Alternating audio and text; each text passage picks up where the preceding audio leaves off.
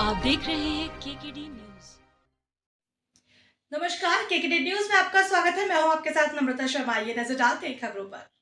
भोपाल के कोलार में रहने वाले रियल एस्टेट कारोबारी नितेश सिंह ठाकुर का बीती 27 अक्टूबर को अपहरण कर लिया था और फिर उसे बंधक बनाकर टॉर्चर किया। वे लोग 1 करोड़ की फिरौती मांग रहे थे। आरोपियों ने 30 लाख रुपए लेने के बाद नितेश सिंह ठाकुर को छोड़ा, लेकिन अब आरोपी मामले को रफा दफा करने का दबाव बना रहे हैं। पीड़ित रितेश सिंह ठाकुर के मुताबिक आरोपी व्हाट्सएप के द्वारा लगातार मैसेज करके धमकी दे रहे हैं और समझौते का दबाव बना रहे हैं। ठाकुर ने कहा कि उनकी बच्ची 2 महीने से स्कूल नहीं गई। आरोपी लगातार रेकी करवा रहे हैं। कई बार इस बात की जानकारी थाने को भी दी, लेकिन अब तक आरोपी गिरफ्तार नहीं हुए। आरोपी गिरफ्तार नहीं होते हैं तो हो सकता है कि वह नया साल भी नहीं देख पाए और उनकी हत्या हो जाए। नितेश ने शुक्रवार को भोपाल पुलिस कमिश्नर हरिनारायण चारी मिश्रा को भी पूरी घटना से अवगत करा दिया है। बता दें कि कोलार इलाके के दानिश हिल्स इलाके में रहने वाले पीड़ित कारोबारी नितेश सिंह ठाकुर को कुछ लोगों ने उन्हें सगाई कार्यक्रम के बहाने ग्वालियर बुलाया और रास्ते में ही उनका अपहरण कर लिया। ये घटना 27 से 29 अक्टूबर 2024 के बीच हुई थी। इसके बाद उनके परिजनों से 1 करोड़ की फिरौती मांगी गई थी। फिर पीड़ित की पत्नी ने आरोपियों से मिन्नतें की तो मामला 30 लाख रुपए में समझौता हुआ। पत्नी ने ये रकम दी तो उसके पति को छोड़ा गया। इस पूरे मामले में 5 मुख्य आरोपी हैं। संजय राजावत, आकाश राजावत, हेमंत चौहान, पंकज परिहार, अन्नू राजावत है।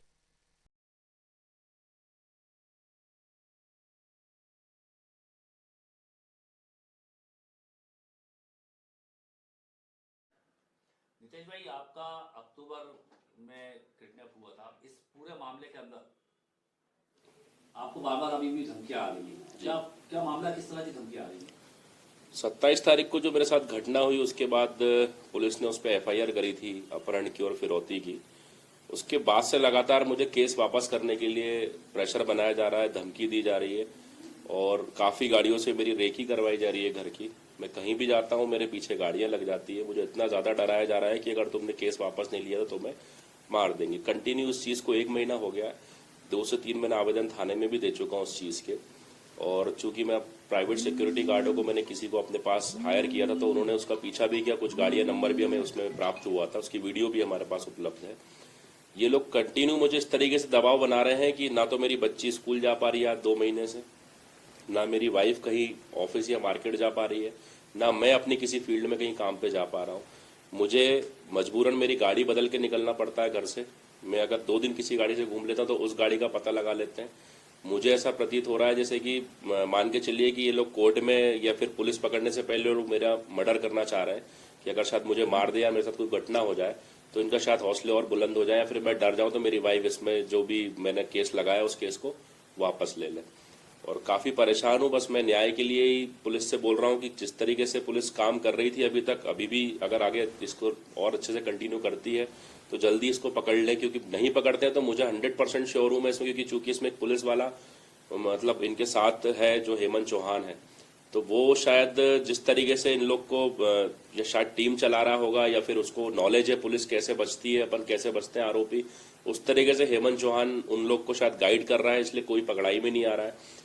तो बस मैं चाहता हूँ कि मुझे न्याय मिले और पुलिस जल्द से जल्द इनको गिरफ्तार करे, क्योंकि मुझे 100% श्योर हूँ कि हो सकता है 2 या 3 दिन में मेरा इस चीज़ में मर्डर हो जाए। क्योंकि मैंने अभी 3 दिन पहले भी कोई गाड़ी पकड़ी थी।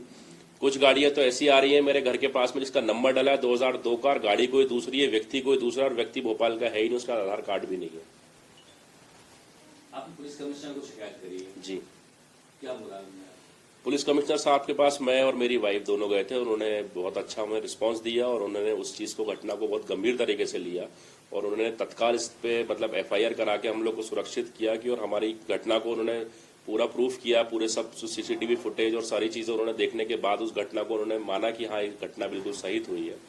और जितने भी इसमें आरोपी हैं उन लोगों ने मतलब मेरा एक ऐसा नेगेटिव सबको फीडबैक एक दे रहे हैं। मार्केट में मेरा एक ऐसा फ्लो हो गया है इस खबर के बाद से कि मेरे पास करोड़ों रुपए है या मेरे पास बहुत पैसे आए हुए हैं या फिर मैं बहुत ज़्यादा वो हूँ। मेरा ऐसा कुछ भी नहीं। मैं छोटा मोटा, मेरा प्रॉपर्टी का काम था, रियल एस्टेट का छोटा मोटा काम था।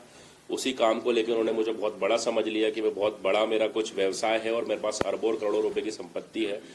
मैं एक नॉर्मल सा आदमी हूँ, मेरे एक वाइफ है, मेरी एक बच्ची है और छोटा सा मेरा मकान है दानिश हिल्स पे और एक मेरा छोटा सा ऑफिस है। साल में एक साइट में कंप्लीट करता हूँ, उसमें से जो बचता है उसमें मैं अपनी घर चलाता हूँ। और इन लोगों को ऐसा कुछ ऊपर से शायद कुछ संरक्षण है या फिर शायद मुझे लग रहा है ऐसा कुछ ऊपर से ऐसा कुछ नेता मंत्रियों कुछ संरक्षण है, क्योंकि जो संजय राजावत जो एक मेन आदमी है उसके हमने फोटोज अगर अपन देखेंगे फेसबुक पे कहीं पे भी तो काफी नेताओं और मंत्रियों के साथ फोटोज हैं। और संजय राजावत आज की डेट में खुद के ही व्हाट्सएप कॉल से, जो उसका व्हाट्सएप कॉल उस टाइम भी चालू था, आज भी उस व्हाट्सएप कॉल से मेरे ही मित्रों को, मेरे ही लोगों को फोन लगा के मेरे लिए बोल रहा है कि हम उसको छोड़ेंगे नहीं। उसके कई मेरे पास स्क्रीनशॉट्स है और कुछ स्क्रीनशॉट मैं आपको व्हाट्सएप दिखाऊंगा।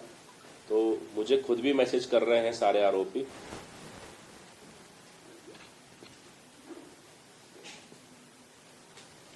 ये मुझे खुद मैसेज करे जा रहे हैं। कहना ये है कि हमको उसकी लोकेशन नहीं आ पा रही है। तो मैं एक ही चीज़ बोलूंगा कमिश्नर साहब से, डीजीपी साहब से कि मुझे इस चीज़ में न्याय दिलाए। टीआई साहब से मैं गुजारिश करूंगा कि इसमें न्याय दिला के इनको तुरंत गिरफ्तार करें, क्योंकि कुछ ना कुछ ये घटना करने की बिल्कुल फिराक में है। इस चीज़ को पुलिस शायद सीरियस नहीं ले रही है कि मेरे साथ घटना हो सकती है, लेकिन जिस तरीके से मेरे पास मैसेजेस आ रहे हैं और मेरे पास जो गाड़ी जो मेरे घर के इर्द गिर्द घूम रही है, मेरी वाइफ और बच्ची स्कूल नहीं जा पा रही है, तो कुछ ना कुछ मेरे साथ घटना होने के 100% चांसेस हैं। इसमें मैं आपको एक चीज़ और दिखाऊंगा, जिस तरीके से अब ये पंकज परिहार है, इनकी कुछ ऑडियोज हैं जो कहीं से मुझे यूपी से ही किसी ने भेजी है। मैं तुमसे आगे मिल रहा हूँ 12 बजे, वो पूरी कहानी तुम्हें समझाऊंगा, समझ लो। और अगर तुम्हें हमारी यादव को निपटाना हो तो मेरी गारंटी है मैं निपटा दूंगा यादव को। ये एक बिल्डर है जो कि अमर यादव जी हैं, उनको निपटाने की बात कर रहे हैं, ये सुपारी की बात कर रहे हैं। कोई तोमर है जो ग्वालियर से छूटा जेल से, उसने 10 लाख रुपए खा लिए जब वो फेल हुआ है, और उसके बाद हम लोगों के पास तुम्हारी आई है।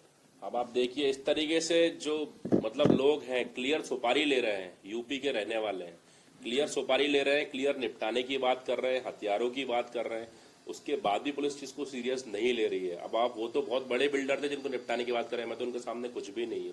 कभी भी मुझे कुछ भी मर्डर कर सकते हैं। मेरा अगर मैं मर्डर मेरा हो जाता, मेरी बच्ची और मेरी बीवी जो मेरे वो हैं उसका उनका क्या होगा, कैसे पलेंगे, क्या करेंगे। मेरे पास कोई इतना बड़ा बैकअप नहीं है कि वो लोग जिंदगी, मैं ही हूँ जो कुछ हो, मेरी फैमिली में हम 3 ही लोग हैं।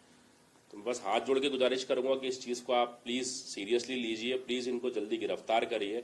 गिरफ्तार करने के बाद ही शायद अगर मैं सुरक्षित हो सकता हूँ, क्योंकि ये जिस तरीके से खुले घूम रहे हैं, भोपाल में इनके भाई लोग घूम रहे हैं, भाई लोग, सगे भाई लोग मेरी रेकियां कर रहे हैं, पूरी रिपोर्ट दे रहे हैं, मेरे ऑफिस के नीचे खड़े हो जाते हैं आके। तो अगर ऐसा नहीं कर पाएंगे, अपन गिरफ्तार नहीं कर पाएंगे, तो मेरे हिसाब से शायद